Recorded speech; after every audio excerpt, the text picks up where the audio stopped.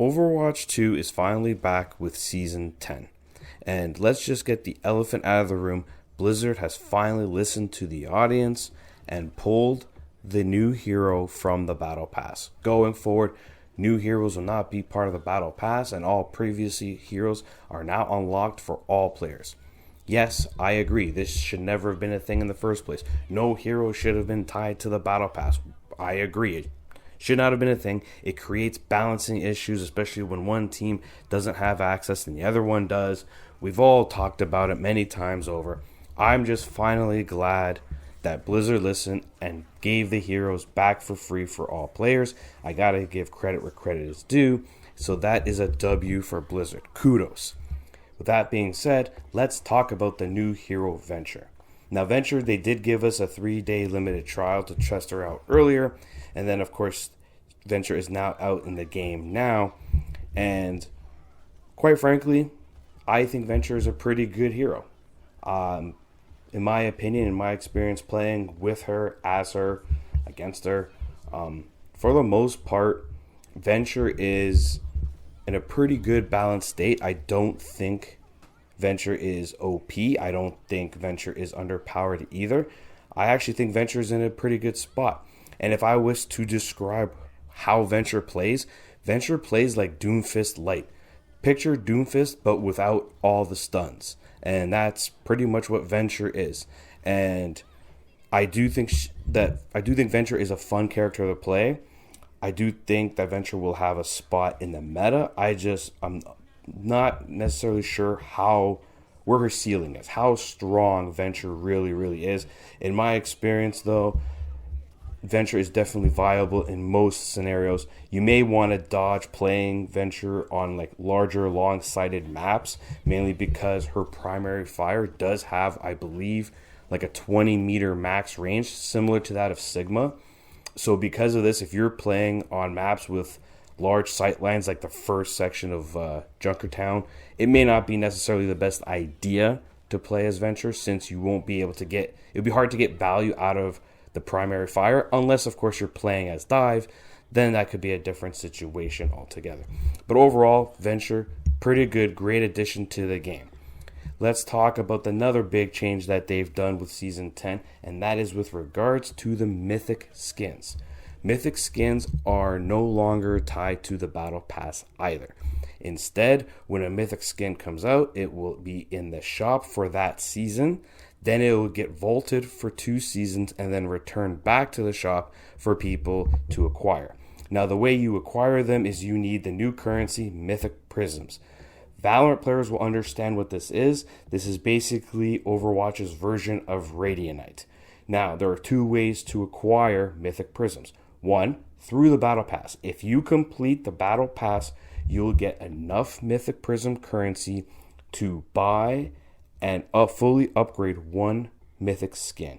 It costs 80 prisms to purchase and fully upgrade. 50 to purchase the skin, and then 10 per level to a maximum of 80 in order to get the full unlock of a Mythic skin. And the Battle Pass will give you 1 full Mythic skin if you complete it. If you don't want to complete it, or you just want to spend a ridiculous amount of money, you can buy Mythic Prisms with real money. Now, much like Radianite in Valorant, this currency is greatly overpriced. It is done so by design because it is essentially saying, hey, we don't really, we're greedy, but we also don't want you to spend the money because we want to make sure that the Mythic skins are kept to a rare level. And therefore, these prices are ridiculously dumb. And I agree, they are very, very much overpriced. I don't recommend anybody buying Mythic Prisms. Play the Battle Pass, go through it. You get so much more value out of it. It just makes sense. And quite frankly, to me, unless you're some sort of skin connoisseur and you have to collect every single Mythic skin, this setup is pretty good because quite frankly, for an average Joe player, I'm pretty sure you're only going to care about Mythic skins for characters you actively play. Case in point, I don't have Sigmas, I don't have Orissas because I'm not necessarily a tank player. I play tank role casually, and when I do, I don't play either of those tanks.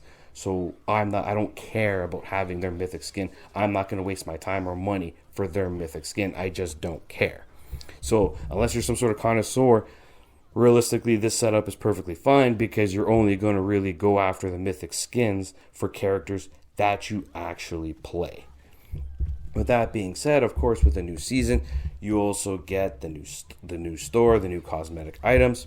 And with this new season, they are doing 2 limited time events. One of them is the new game mode Clash.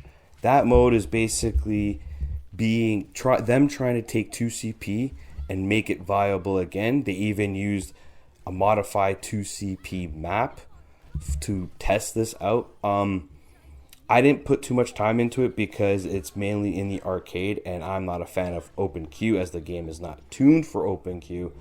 But also, it was me getting it in quick play was quite rare, so I can't really say whether or not it was good or not. But from what I heard and from looking around, a lot of people say that the mode is just not great and that it needs quite a bit of work, but it's only here for a couple weeks and then it's gone. Also, starting on the second week of the season, we also have the new Mirror Watch. Mirror Watch is basically a swapping of characters. It looks like, Mercy becomes a villain and things of that nature, but you also get new abilities. I assume that these abilities are from the campaign that they were, working on that eventually got canceled, and they're finding ways to utilize the assets that they created for the campaign into the standard PvP. But it looks like a fun mode. We'll have to wait and see how that plays out when it releases, but it's part of it. Aside from this, we have our prototypical balance changes. Wrecking Ball got major changes for this patch. And overall, the game feels great. It feels great. New heroes being free for everybody, as it always should have been. We also the Battle Pass is still great value. They had a recent collaboration in the previous season with Cowboy Bebop, which was pretty cool in my opinion. Overall, to me, the PvP game of Overwatch 2 is back. If you're a fan of Overwatch or you loved Overwatch, the game is great to play again, and I stand by that comment. However, on the flip side of it, like previously, if you are not a fan of Overwatch, if you don't like Overwatch, nothing in this season is going to make you want to play Overwatch. If you've never been an Overwatch player, you've never cared, nothing's going to change your mind at this point. You either like it or you don't. For those that like it, Season 10 is great, and it's a great continuation. It's finally getting content that we should have had after suffering for so many years. Yes, we all know the PvE nonsense, but overall, the game is just great to play right now, and Season 10 just continues to deliver with great content for us players who love the game. This is Veteran Gamer, and I hope to see you guys next time.